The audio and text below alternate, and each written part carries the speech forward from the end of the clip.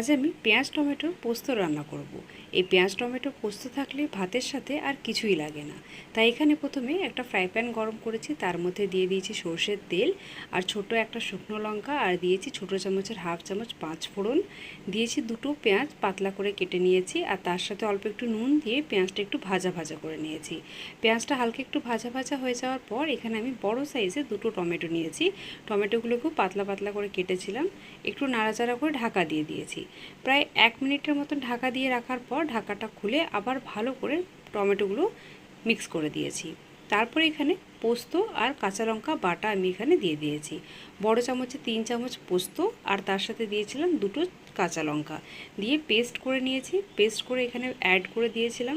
তারপর একটু জল দিয়ে ঢাকা দিয়ে রেখে দিয়েছিলাম প্রায় 2 থেকে 3 মিনিট। ঢাকা খুলে আবার একটু নুন আর একটু প্রয়োজন মতন জল দিয়ে আবার একটু ঢাকা দিয়ে 3 থেকে 4 মিনিট রেখে তৈরি